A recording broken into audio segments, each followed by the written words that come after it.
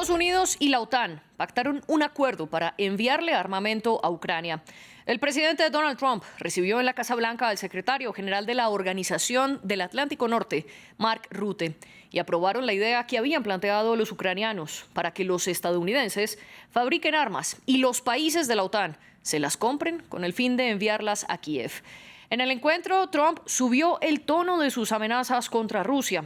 El presidente dijo estar muy decepcionado de su homólogo ruso Vladimir Putin y advirtió que si en 50 días no hay avances en el acuerdo de paz, impondrá aranceles de un 100% a los bienes rusos y tarifas secundarias a los socios comerciales de Moscú. Pero ¿funcionarán estas nuevas advertencias de Trump contra Putin? ¿Y tiene Estados Unidos la capacidad de crear nuevo armamento para los ucranianos? Eso es lo que vamos a debatir en France 24 en esta oportunidad.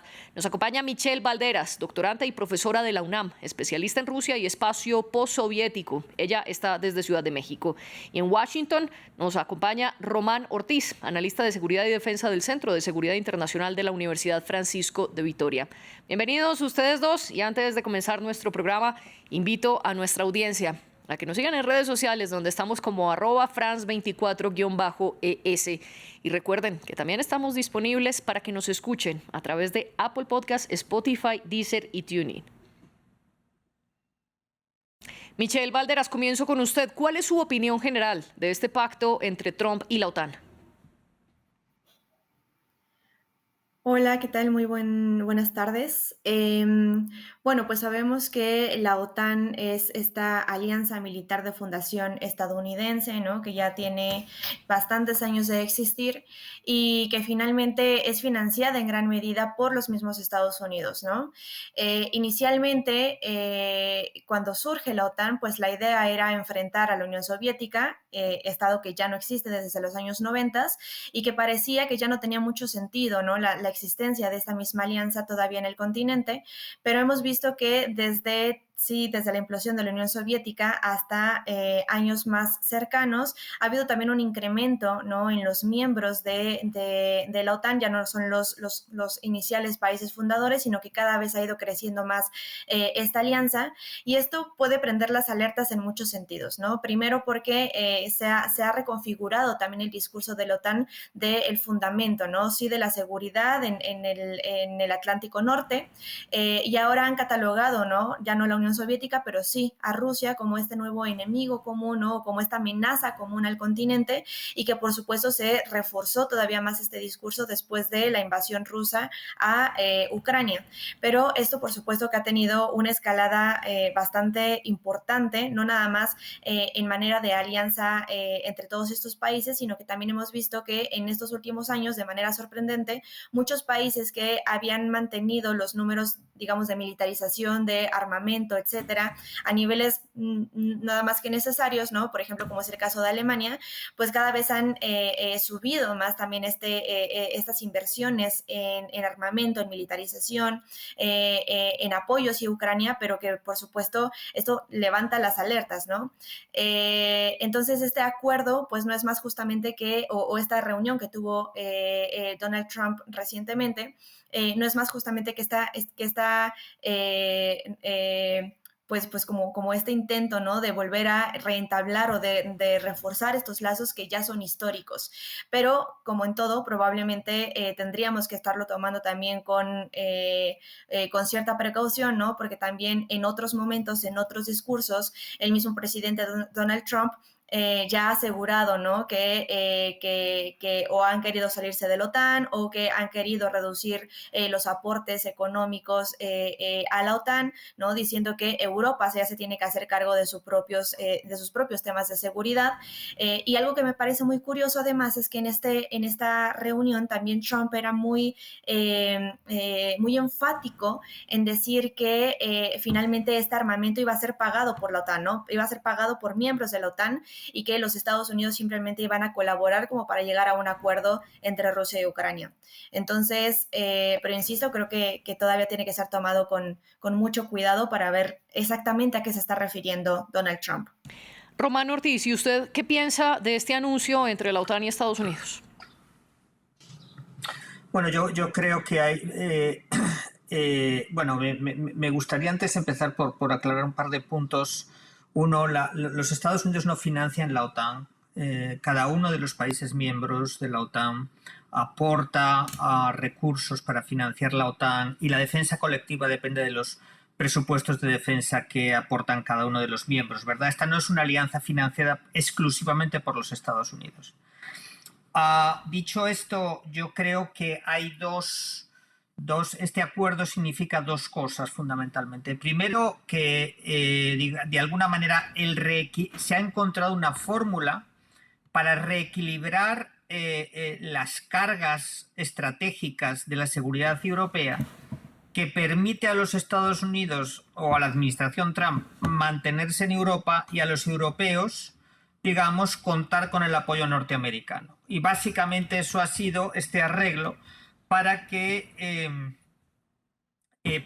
los europeos paguen por armas que envían los Estados Unidos, de tal manera que esas armas no sean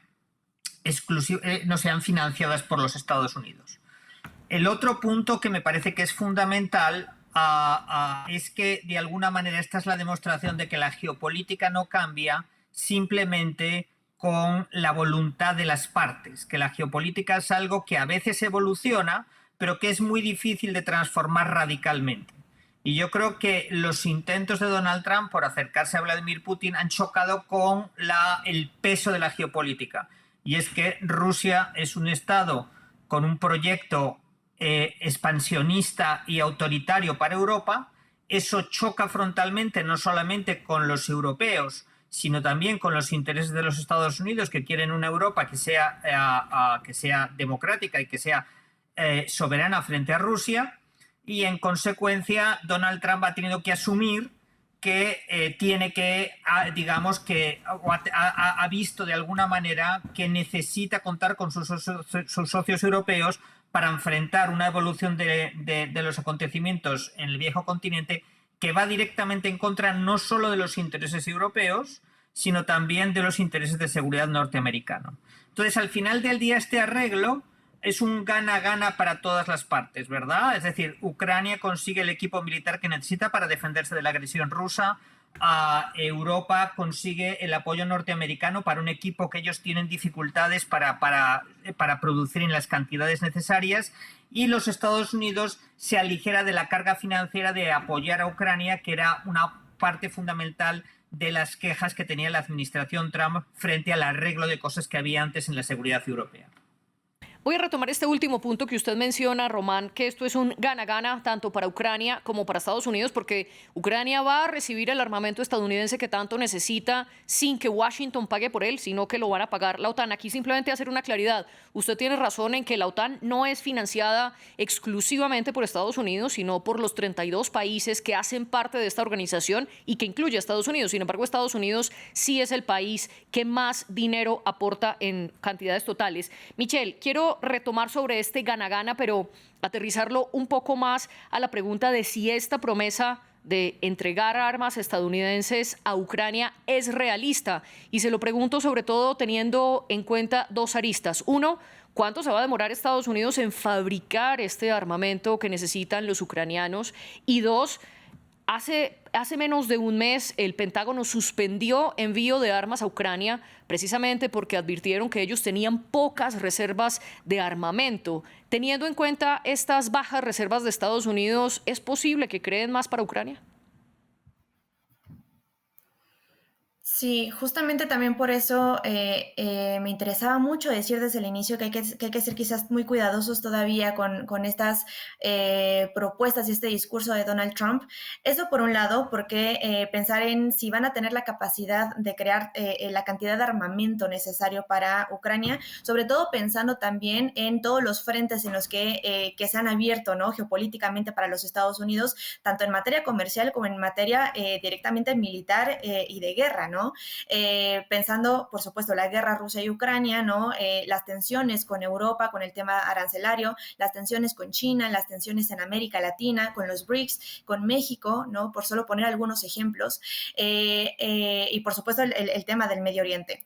Entonces, me parece que ya hay demasiados frentes abiertos, ¿no? Y además mencionar también la situación interna de los Estados Unidos, también la serie de manifestaciones y de descontento también, y esta como falta también de legitimidad por parte del gobierno de Donald Trump, que esto por supuesto también pone en entredicho mucho de las capacidades reales que puedan tener. Por otro lado, sobre si puede ser un ganar-ganar para todos los miembros, o bueno, para todos los involucrados en este conflicto, pues yo me preguntaría si de verdad va a ser un ganar-ganar en este caso para Ucrania, ¿no? En términos absolutamente belicistas, ¿no? De números de bajas de guerra, pues probablemente sí, ya le van a dar quizás más armamento a Ucrania para poder continuar con esta guerra, pero no deja de ser una paradoja, ¿no? De qué manera el dar más armamento e incrementar la deuda, en este caso de Ucrania, ¿no? O de Europa, frente a los Estados Unidos, de qué manera eso va a ser benéfico a largo plazo para la población ucraniana, por ejemplo, ¿no? Ya vimos justamente cuando llegó Donald Trump al gobierno recientemente este año, ya vimos que hubo un primer enfrentamiento bastante fuerte entre Trump y Zelensky, en donde se le dijo, ¿no? A Zelensky sobre la deuda que ya tenía el gobierno de Ucrania con los Estados Unidos y que ya estaban exigiendo justamente parte de las tierras raras de Ucrania para poderse cobrar, digamos, esta deuda, ¿no? Y sí, quizás, ok, se le van a dar estas armas, pero entonces, ¿en qué momento va a llegar a un fin del conflicto real, ¿no? Porque también ese es otro elemento que me parece importante decir. Únicamente se hizo como esta, digamos, como esta invitación, este exhorto, ¿no? A Rusia de que se tiene que llegar a un acuerdo sobre la guerra en Ucrania, pero exactamente un acuerdo a qué se refieren, ¿no? Si a un alto al fuego, a un armisticio, a un fin de la guerra total, ¿no? Y ahí los rusos también han sido se lo han tomado con bastante calma hasta este momento, ¿no? Ya Dmitry Peskov ha dicho que están evaluando las circunstancias y que finalmente no se puede llegar a una solución real, completa de toda la complejidad que puede tener este conflicto en unas mesas de negociaciones de un par de días, ¿no? Entonces, pues yo creo que yo lo dejaría por aquí.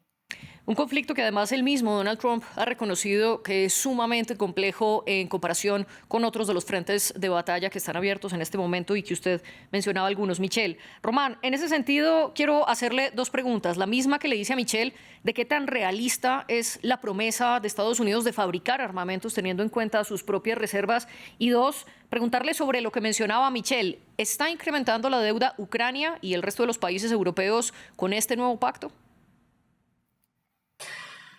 Bueno, déjeme empezar por contestar su primera pregunta y un poco explicar también qué es lo que significa el envío de equipo militar a Ucrania y por parte de los Estados Unidos, sobre todo desde un punto de vista también, por qué no decirlo, humanitario, ¿verdad? La estrategia rusa en Ucrania en estos momentos ha girado o ha puesto más énfasis en realizar bombardeos contra las ciudades ucranianas. Esto es una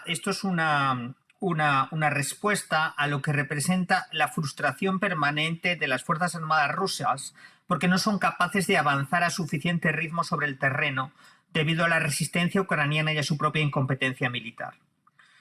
Eso quiere decir que los ucranianos necesitan una enorme cantidad de misiles de defensa antiaérea para defenderse de los ataques que básicamente son con drones y con misiles balísticos. Los Estados Unidos son el mayor productor de misiles de defensa antiaérea de la Alianza Atlántica.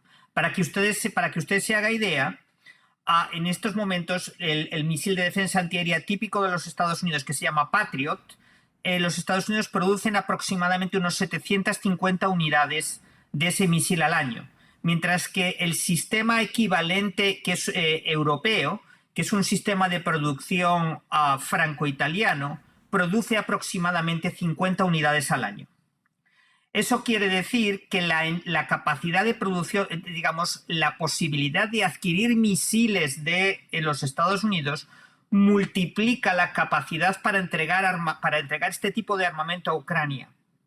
En consecuencia, los ucranianos van a tener más misiles de defensa antiaérea y, en consecuencia, van a poder defender mejor sus ciudades y, en términos básicos, van a morir menos civiles por los bombardeos rusos.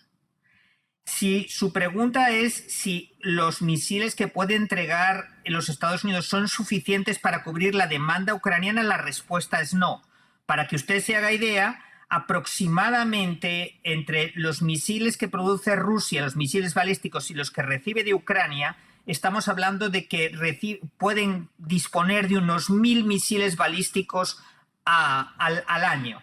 Eso quiere decir que incluso si los Estados Unidos entregasen todos sus misiles de defensa antiaérea Patriot, no serían suficientes para derribar los misiles rusos.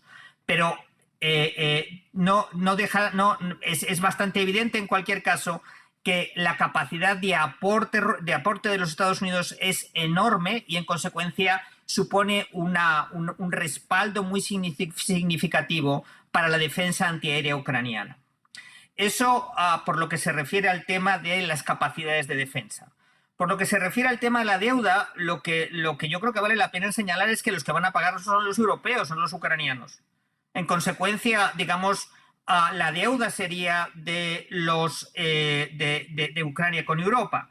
Y Europa, digamos, está dispuesta a ser más flexible en ese terreno.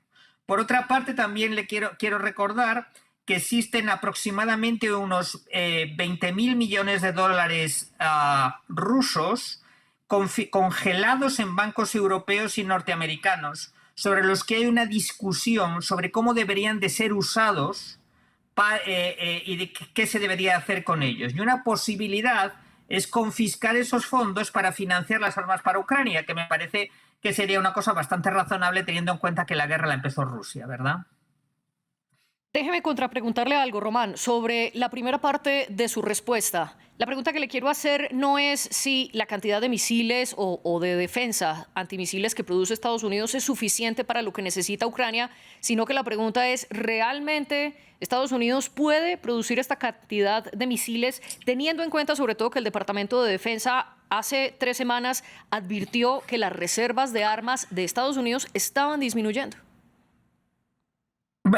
Vamos a ver, su pregunta, vamos a ver, de alguna manera el envío de armamento responde a 2 cuestiones, de cualquier armamento. Por un lado, a la capacidad de producción, como estábamos hablando, por otro lado, a la voluntad política, a qué prioritario es un frente en particular a la hora de asignar el equipo militar que se produce. Lo que acaba de hacer Donald Trump en sus últimas declaraciones es reconocer que Ucrania es un asunto prioritario para los Estados Unidos. Entonces, de alguna manera, la manta es corta, es decir, no le llega a todo el mundo, pero parece que los que se van a quedar con los pies, déjeme seguir con esta comparación, con los pies al aire, no va a ser Ucrania o no del todo.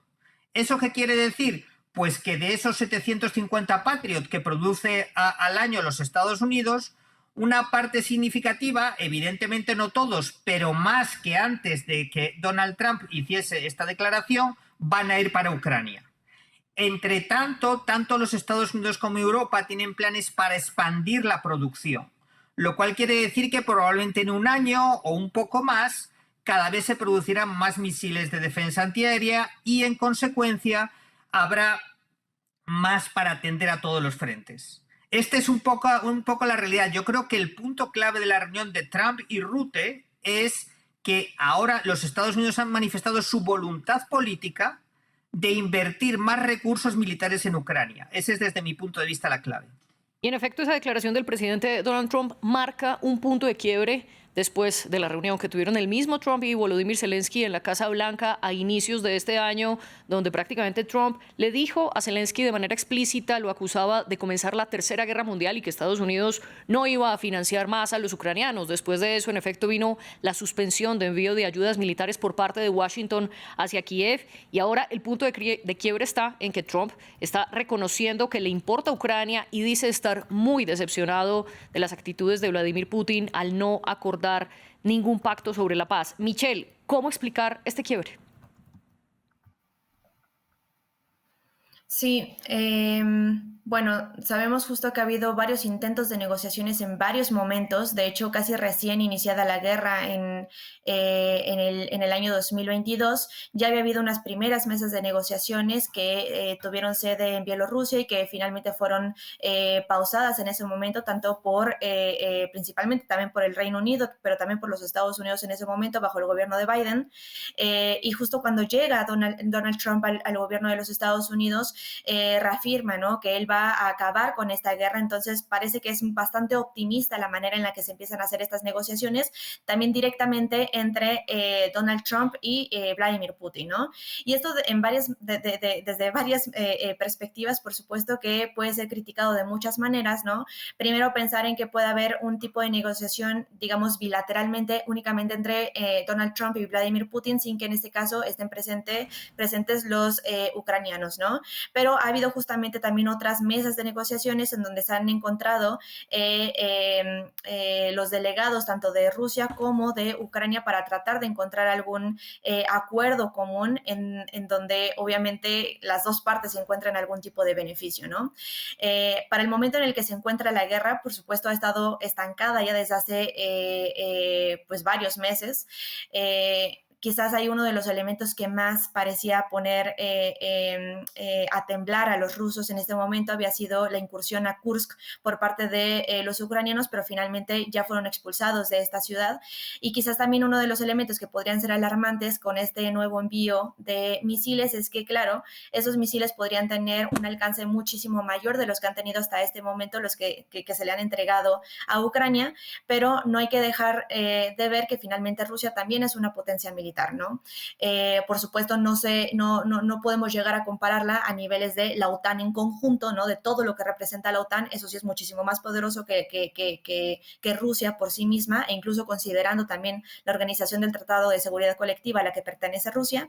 Pero yo creo justo por eso que los intentos de negociación son importantísimos, más allá de continuar con este envío de armamento, con este envío de paquetes de ayudas económicas para mantener esta militarización o esta escalada en la militarización, que esto me parece a mí, ¿no? Quizás opinión mucho más personal, ¿no? Poco se puede llegar entonces a una negociación real o un alto al fuego real, porque finalmente no va a dejar de percibirse como una amenaza también por la misma Rusia, ¿no?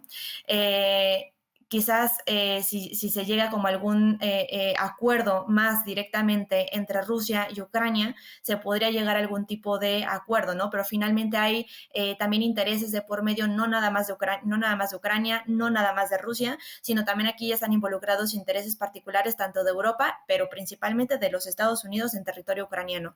Entonces, yo creo que hasta que esto no se quite un poco de este tablero, yo creo que difícilmente se va a llegar a un acuerdo en los próximos meses. ¿Usted opina entonces que esta promesa de envío de nuevo armamento a Ucrania no va a contribuir al alto al fuego? Le quiero contrapreguntar entonces, Michelle, ¿puede contribuir a un cese de hostilidades la presión arancelaria que promete Donald Trump de imponer tarifas de hasta el 100% en contra de productos rusos y tarifas secundarias o aranceles secundarios, que es decir, no los impone directamente contra Rusia, sino contra los aliados comerciales de Moscú? ¿Esto sí puede ayudar al alto al fuego? Pues me parecería también un poco complicado, ¿no? Creo que, insisto en que tiene que haber una negociación directamente entre Rusia y Ucrania, ¿no? Y tratar de que de las dos partes se trate de llegar, bueno, que las dos partes van a tener que ceder de alguna manera. Por un lado, el tema del armamento, bueno, hemos visto que desde hace 2, 3 años ya ha habido un envío, ¿no? Tanto de armamento y por supuesto de apoyo económico también y de asistencia militar al gobierno de Ucrania y pues parece que más bien se ha llegado como a este estancamiento de la guerra, ¿no? No vería más que con este nuevo envío de armamento, no creo que pudiera haber una diferencia muchísimo más grande a lo que ya ha estado pasando en los últimos 3 años, a menos que se utilice este armamento para causar mayores daños a ciudades clave de Rusia y entonces esto, más allá de llegar a una negociación, podría entonces ahora sí hacer una escalada, ¿no? Sin precedentes en el continente europeo, no nada más en Rusia, Rusia.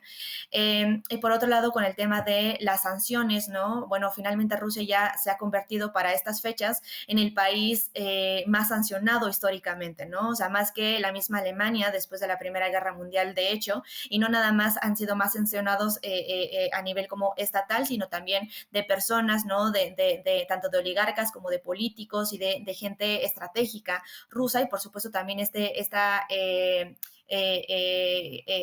medidas que se han tomado de congelar también los activos, de congelar capital ruso, ¿no? De sacarlos prácticamente de toda la dinámica financiera internacional, de expulsarlos del sistema SWIFT, etcétera, etcétera. Y también hemos visto que no ha habido un resultado del todo favorable, en este caso para Occidente, porque más bien lo que han hecho los rusos, al menos desde el 2014, con la primera crisis, ¿no? En Crimea, después de la anexión de Crimea en 2014, Rusia más bien ha hecho como un viraje, ¿no? De toda su política exterior, pero también de su política económica, más bien hacia Oriente, ¿no? Y justamente ahora vemos que su principal socio económico, comercial, pero también energético, es China, por ejemplo, ¿no? Entonces se han blindado de varias maneras con la Unión Económica Euroasiática, con la Organización de Cooperación de Shanghái, con la Organización del Tratado de Seguridad Colectiva, todas estas alianzas que involucran temas económicos financieros, de cooperación en todos los niveles, incluida la cooperación también militar, ¿no? Entonces, digamos que cada vez más se han alejado, ¿no? Como de esa dependencia de Occidente.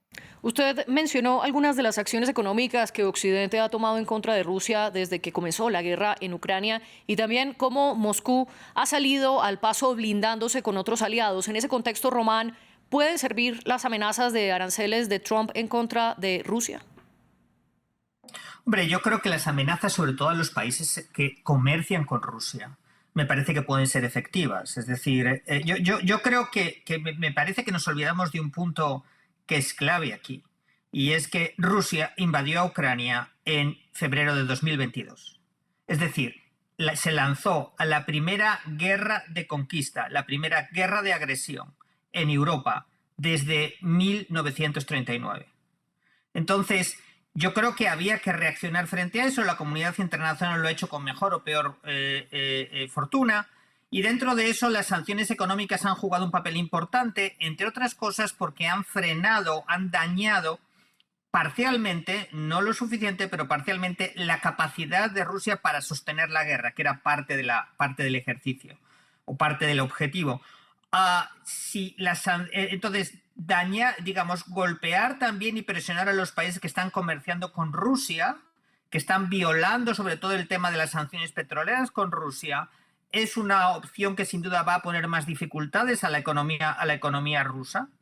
Yo creo que las sanciones por sí mismas no van a resolver este problema, que la única manera realmente de frenar esta guerra es literalmente provocar la derrota de las Fuerzas Armadas rusas en Ucrania.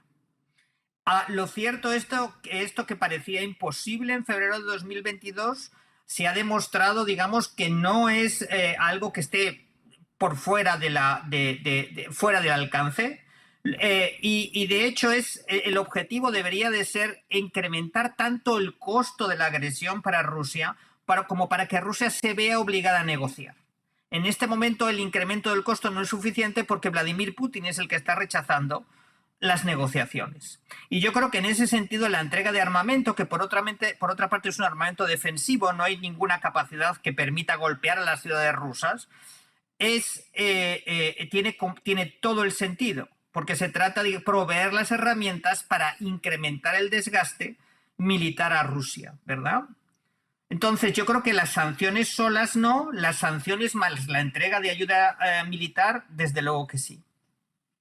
Y quiero que nos acerquemos hacia las conclusiones de nuestro programa con esta idea que usted pone sobre la mesa, Román. ¿Usted considera que esta guerra podría acabarse forzando la derrota militar de los rusos? Michelle, ¿esto está pasando en terreno? ¿Está perdiendo Rusia militarmente hablando? Me parece que la guerra ha estado estancada desde hace ya varios meses, ¿no? Y eso justamente podemos hacer como este seguimiento, ¿no? Día a día. Y realmente la avanzada es apenas unos cuantos metros de pronto, ¿no? Quizás por parte de Ucrania y al día siguiente Rusia avanza también un par de metros y no hemos visto más que este estancamiento en este conflicto. Y sí, por supuesto, siguiendo también la línea del profesor, sí, por supuesto, se está desgastando económicamente, sobre todo a Rusia, pero también está desgastando a la misma Ucrania, ¿no? También está desgastando a la legitimidad del gobierno de Zelensky en Ucrania y también está deslegitimando a los gobiernos también europeos que siguen, ¿no? Apoyando esta creciente militarización para apoyar este tipo de conflictos. Entonces, yo insisto, ¿no? En que yo no creo que pueda haber un fin de la guerra realmente aumentando la militarización, aumentando los castigos, aumentando el daño, ya sea a Rusia, ya sea a Ucrania, ¿no? O sea, quizás ya con la Primera Guerra Mundial, con la Segunda Guerra Mundial, tenemos los mejores ejemplos de que esa no es la manera en la que se va a llegar a una paz, ¿no? Utilizando la fuerza, no se va a llegar a la paz, o al menos no duradera, y esto mismo lo vimos también en el año 2014, ¿no? Cuando en su momento, bueno, sancionaron también a Rusia, Rusia se tuvo que retirar, se anexó a Crimea, pero esto no fue nada más que un ganar tiempo en esos 8 años, ¿no? Por parte de Rusia para volver entonces a esta incursión también en el Donbass. Creo que si no se llega a un acuerdo real, ¿no? Diplomático por parte de Ucrania y de Rusia, esto puede llegarse a un fin, a un alto al fuego, pero esto no podrá ser sostenible en el futuro. Y en ese acuerdo real diplomático que, como usted bien explicó antes, no se sabe si se habla de un cese de hostilidades, de una paz total y duradera. Teniendo en cuenta esos matices, Román, ¿cuál es el papel que Estados Unidos puede jugar en ese acuerdo? ¿Es determinante la Casa Blanca y sobre todo Trump en la mediación entre Rusia y Ucrania? Bueno, el problema fundamental es que Vladimir Putin ha dado señales una y mil veces de que él no quiere un trozo de Ucrania, él quiere Ucrania entera y también quiere Georgia y probablemente también Moldavia. Digamos, el punto es que la negociación no tiene sentido hasta que Vladimir Putin renuncie en la práctica a querer reconstruir el imperio ruso, que es de alguna manera lo que está tratando de hacer, revivir de alguna manera la Unión Soviética, ¿verdad? Desde ese punto de vista, el papel de los Estados Unidos es fundamental, y es fundamental no tanto, digamos, fundamentalmente porque es capaz, por su capacidad para proveer asistencia militar, que es lo que le da el peso para ser interlocutor de Rusia. Entonces, los Estados Unidos están en la mesa porque tienen una enorme capacidad para sostener militarmente a Ucrania. Yo creo que es absolutamente cierto que el destino de Ucrania debe ser decidido por los ucranianos, no por los Estados Unidos y desde luego no por Rusia. Pero me parece que los Estados Unidos y el resto de la Alianza Atlántica tienen un asiento en la mesa porque son los que han evitado que Ucrania colapse frente a un gigante que era mucho más grande que Ucrania y mucho más fuerte militarmente al comienzo, que era Rusia. Entonces, yo creo que los Estados Unidos tienen un peso estratégico clave, pero la decisión de cómo va a ser ese acuerdo de paz cuando sea posible, porque yo creo que las expectativas de negociación ahora son nulas, de unas negociaciones reales, de unas negociaciones definitivas, son nulas. Eso tiene que ser evidentemente decidido por los ucranianos porque esta guerra es fundamentalmente una guerra para defender la soberanía de Ucrania. Es sobre lo que es la guerra. La guerra es sobre el hecho a Ucrania de ser un país soberano y no tener que someterse a la voluntad de una gran potencia como Rusia. Cuando usted, Román, estaba mencionando que Rusia quiere a Ucrania completa, Michelle estaba negando con la cabeza. ¿Por qué, Michelle? Porque no ha habido ningún discurso abiertamente en donde Rusia haya afirmado Ni Vladimir Putin, ni Lavrov, ni ningún miembro del gobierno ruso han expresado tales elementos. Más bien me parece que esos son los discursos que más bien se han implementado desde otros frentes, ¿no? Ya sea desde algunas potencias sí occidentales, ¿no? Desde algunos voceros occidentales o en algunos medios de comunicación, ¿no? Y que justamente son el tipo de discursos que siguen, ¿no? Fomentando la idea de continuar con la guerra, de continuar con el armamentismo, de continuar con la militarización y que no va a llegar, insisto, a ninguna resolución real del conflicto, no nada más del que empezó en el año 2022, sino del conflicto que ya se está arrastrando en Ucrania al menos desde el año 2013-2012 aproximadamente. Román, muy brevemente, ¿cuál es su réplica? No, realmente no es cierto. Es decir, el gobierno ruso y Vladimir Putin en particular ha firmado documentos donde se pone en cuestión la existencia de la nación ucraniana como tal.